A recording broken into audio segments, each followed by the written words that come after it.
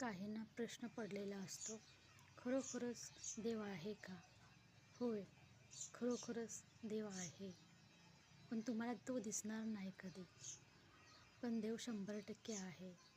तुम्ही चांगल्या अथवा वाईट कर्माचे फळं तो देत राहतो. तुमच्याकडून जरी काही वाईट होत असेल तर हे असं आहे की त्याचं फळ तुम्हाला नक्कीच मिळणार. आणि चांगलं कर्मही केलं असाल त्याचंही तुम्हाला नक्कीच फळ मिळणार.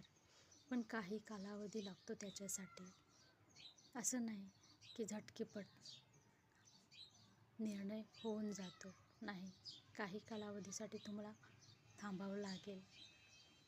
तुमची भक्ती कितपत आहे हेही परमेश्वराला पाहायचं असतं.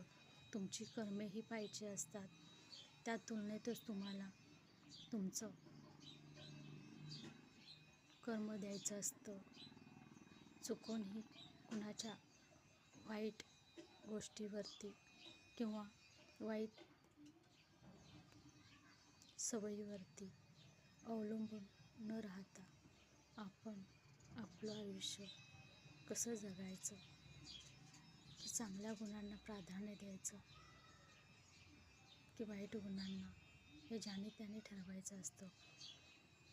पण तुमचं कर्म मात्र कधीही चुकणार नाही हे मात्र कायमचं तुमच्या लक्षात ठेवायचं. बरेच दिवस झाले की वाटतं कधी कधी कुणाला की देव आहे की नाही, आपल्याला इतका त्रास होतो, इतकं काही आपण निष्ठेनं अगदी श्रद्धेनं आणि सत्यवचनी आहोत. पण सत्यवचनालाही कधी कधी तडा द्यावा लागतो.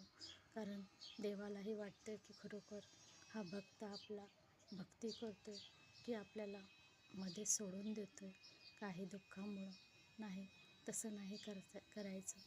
कारण देवावरची श्रद्धा ही तुमची कायमची असते. आणि देव हा तुमची फक्त परीक्षा घेण्यासाठीच ही काही कर्मे करत असतो. तुमच्या लाईफमधल्या घडलेल्या सगळ्या ह्या गोष्टी तोच करत असतो. परमेश्वराने ठरवलेलं असतं की ह्या माणसासाठी आपण कोणता मार्ग चांगला असेल तोच द्यावा. कारण पुढे जाऊन ह्या निष्पाप जीवाला खूप मोठा धोका मिळणार असतो. तो याच थोड्याफार गोष्टींमुळे त्याला धोका देऊन आपण त्याला पुन्हा उभा राहण्याची एक संधी द्यावी आणि या संधीचं सोनं त्यानं करावं. म्हणूनच देवाने ह्या सगळ्या गोष्टी घडवलेल्या असतात. ह्या गोष्टी असतात खरं प्रेम ज्याचं परमेश्वर आहे, खरी भक्ती ज्यानं परमेश्वराला पूर्णपणे